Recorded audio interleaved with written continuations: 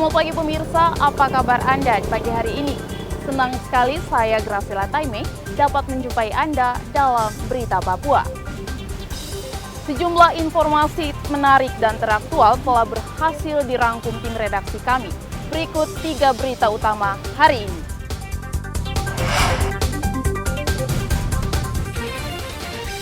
Pembunuh pengendara di Merauke ditangkap polisi. Motifnya kesal tidak diberi uang. Pura-pura mogok sejumlah pengendara di Merauke tetap ditilang polisi.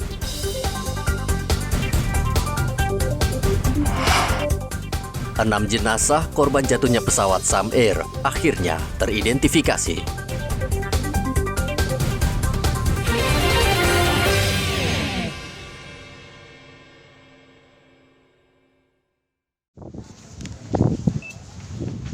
Polisi meringkus 3 pembunuh Thomas Remba, pengendara yang melintas di Jalan Cigombong, Merauke, Senin lalu. Ketiga pelaku ditangkap polisi di 3 lokasi. Pelaku menyatakan saat membunuh korban mereka dipengaruhi minuman keras. Pada pukul 20.30 kurang lebih, ini mereka minum di pinggir jalan Trans Irian Cigombong. Di pinggir jalan. Kemudian lewatlah korban. Korban ini mau menjemput istrinya, yang mana istrinya nelpon bahwa saya minta dijemput untuk pulang ke rumah. Setelah perjalanan dihadang sama 3 pelaku ini. Pelaku ini disuruh minum, ditawarin minum, tapi dia mengatakan saya tidak minum, saya mau menjemput istri saya. Dipaksa. Setelah itu tidak mau dimintain uang. Dimintain uang, uangnya tidak ada. Ya. Saya tidak pegang uang. Ya.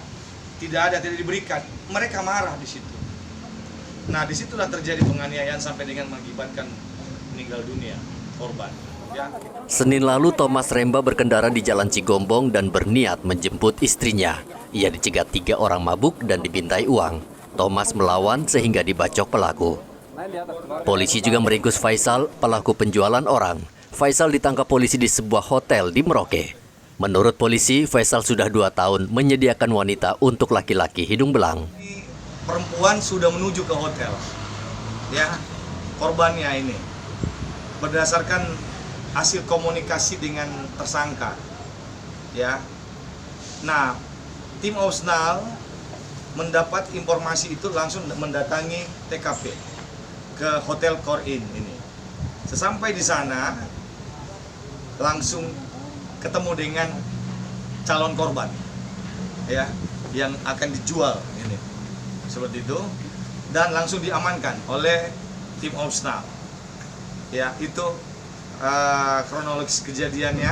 Terus kita amankan, kita bawa, selanjutnya kita mengambil daripada tersangka yang melakukan transaksi. Setiap kali menjual wanita, Faisal menerima Rp200.000. Faisal kini mendekam di sel Mapolres Merauke. Ia diancam hukuman penjara 6 tahun. Muhammad Ridwan melaporkan dari Merauke, Papua Selatan.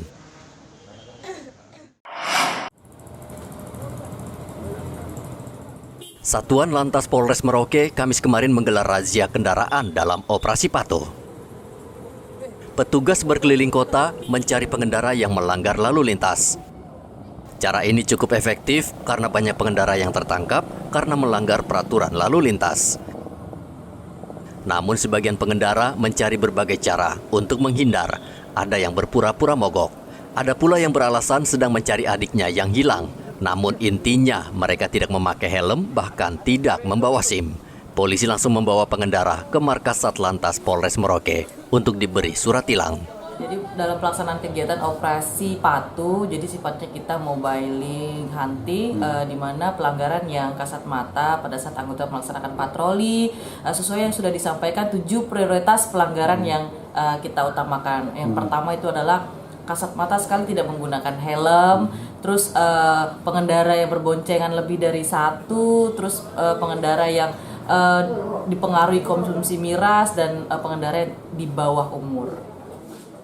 Operasi Patuh Kartens memprioritaskan 7 pelanggaran, antara lain berkendara di bawah pengaruh alkohol, menggunakan HP saat mengemudi, tidak menggunakan helm SNE, mengemudikan kendaraan tidak menggunakan sabuk, melebihi batas kecepatan, berkendara di bawah umur, tidak memiliki SIM, sepeda motor berboncengan lebih dari 1 orang. Muhammad Ridwan melaporkan dari Merauke, Papua Selatan.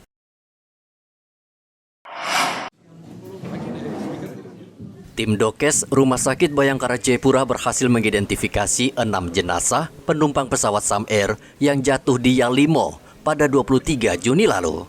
Kabid Dokes Polda Papua Kombes Naryana mengatakan seluruh jenazah teridentifikasi berdasarkan pemeriksaan sampel DNA yang dikirim ke Laboratorium Pusdokes Polri, Jakarta. Sampel DNA tersebut diambil dari korban dan anggota keluarga, lalu dicocokkan untuk mengetahui identitas korban. Kerjasamanya dari keluarga, untuk kita ambil sampel darah dari hubungan keluarga yang dekat. Alhamdulillah atas kerjasamanya, hal itu sangat membantu kami. Kemudian dari data primer itu kami juga membutuhkan data sekunder. Itu saya juga ucapkan terima kasih pada keluarga yang proaktif memberikan informasi kondisi terakhir daripada korban. Baik dalam tubuhnya mungkin ada ciri khusus, mungkin ada bekas luka dan sebagainya, mungkin ada tato atau apa dan sebagainya, itu sangat membantu. Plus properti itu baju yang terakhir dipakai itu sangat membantu kita. Sementara itu Minarno, perwakilan PT Sam Air mengatakan semua proses penyerahan jenazah di Rumah Sakit Bayangkara telah selesai dan pihaknya akan memfasilitasi pemberangkatan jenazah sesuai dengan permintaan keluarga. Terima kasih kami ucapkan kepada tim DPI yang sudah sekuat tenaga membantu kami sehingga identifikasi daripada kru dan penumpang ini dapat terlaksana walaupun dalam waktu yang lumayan lama. Dan terima kasih juga kepada para kru kita dan para keluarga yang sampai saat ini juga jangan sabar menunggu atas hasil ini. Para jenazah ini akan kami pulangkan atau kami antar ke distrik Yalimo di Enelim. Ada empat orang jenazah. Untuk yang kopilot almarhum Levi itu memang dimakamkan di Jayapura ini. Sementara Kapten almarhum akan kami terbangkan ke Nabire. Pesawat Sam Air jatuh menabrak tebing saat lepas landas pada 23 Juni lalu. Proses evakuasi korban sempat terkendala karena posisi pesawat berada di tebing yang sulit dicapai. Arthur melaporkan dari kota Jayapura, Papua. Protes warga di Manokwari, Papua Barat kerap berujung blokade jalan atau akses ke kantor pemerintah dan fasilitas publik. Budaya blokade jalan sangat mengganggu warga karena jalan tidak bisa dilalui dan akhirnya pembangunan di Manokwari ikut terganggu. Kapolresta Manokwari mengancam akan menindak tegas pelaku yang berunjuk rasa dengan cara memalang jalan karena tindakan tersebut bisa diancam pidana. Apapun bentuk pemalangan yang mengganggu ketertiban umum itu ada pasalnya, itu bisa kita salahkan. Kalaupun masyarakat menginginkan ada sesuatu yang tidak pas dalam konteks mereka bermasalah di lapangan, jangan memalang. Lebih baik sampaikan kepada kami, kalau memang itu melalui kami bisa kami mediasi, kami carikan solusi. Hanya 2 yang saya sampaikan. Kalau memang mau mencari solusi, ya silakan datangi kami. Tapi kalau mau buat masalah, silakan juga. Kami juga siap dengan pasal-pasal yang sudah ada di KUHP. Mari kita bijak. Palang itu tidak ada gunanya karena merugikan masyarakat umum. Kalau memang tidak berkenan dengan situasi, lebih baik sampaikan kepada kami. Kami akan carikan solusinya. Blokade jalan sudah menjadi tradisi pengunjuk rasa di Manokwari, Papua Barat. Tidak jarang blokade jalan atau akses publik bisa berhari-hari sehingga masyarakat kesal karena aktivitasnya terhambat. Dari Manokwari, Papua Barat, Edi melaporkan.